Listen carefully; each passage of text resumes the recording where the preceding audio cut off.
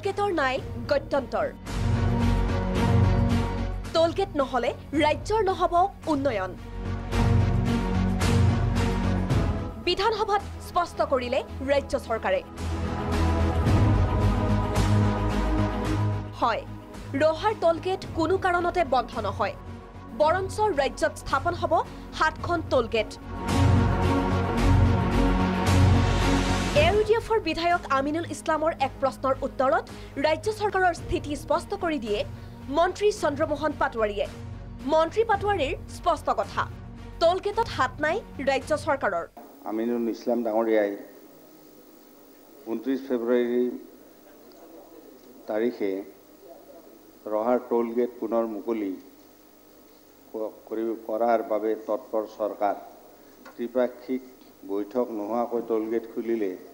পুনৰ প্ৰতিবাদৰ বাবে সাজু দল সংগঠন শীৰ্ষক যিটো বাতৰি আমাৰ অসম কাকতত প্ৰকাশ হৈছিলে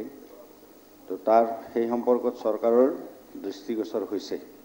অধ্যক্ষ ডাঙৰীয়া মই প্ৰথম ইপিনে টোলগেটৰ প্ৰয়োজনীয়তা সপক্ষে যুক্তি দাঙি ধৰি মন্ত্ৰী পাটোৱাৰীয়ে কয় ৰাজ্যখনৰ উন্নয়নৰ স্বাৰ্থতে প্ৰয়োজন টোলগেট কাৰণ টোলগেট নহলে হাইৱে মেৰামতিৰ বাবে এক পইচাও নিদিয়াৰ ঘোষণা কেন্দ্ৰৰ এটা কথা ক্লিয়াৰ কৰি দিও যে টোলগেট আসলতে এটু হয় এমআৰটি এটু কৰে ভাৰত চৰকাৰে কৰে এটু টোলগেটটো আৰু ভাৰত চৰকাৰে যেটো টোলগেট কৰে আৰু ভাৰত চৰকাৰৰ ৰোড ট্ৰান্সপোৰ্ট যেটো ডিপাৰ্টমেন্ট এমআৰটি তেওঁলোকে এই টোলগেট বিলাক কৰে এইবিলাক অসম চৰকাৰে নকৰে অধ্যক্ষ ডাঙৰীয়া টোলগেটটো এই কাৰণে কৰা হয় যে হাইৱে যেটো নিৰ্মাণ কৰা হয় সেই হাইৱেটো নিৰ্মাণ কৰাৰ সময়ত পইচা বিভিন্ন সোৰ্সৰ পৰা লোৱা হয় বিভিন্ন বিত্তীয় অনুষ্ঠান বা বিভিন্নৰ পৰা লৈ এই হাইৱে নেশ্যনেল হাইৱেবিলাক নিৰ্মাণ কৰা হয়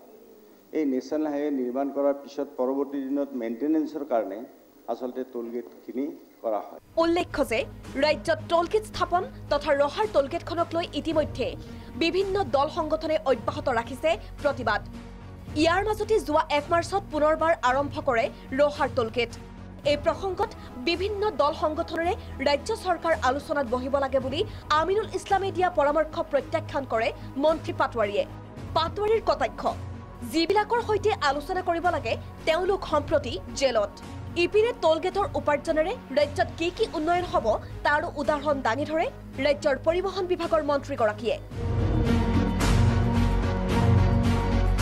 ভিডিঅ' জাৰ্নেলিষ্ট ৰিপুলৰ সৈতে জুনজ্যোতি দত্ত বৰাৰ ৰিপৰ্ট প্ৰাগ নিউজ গুৱাহাটী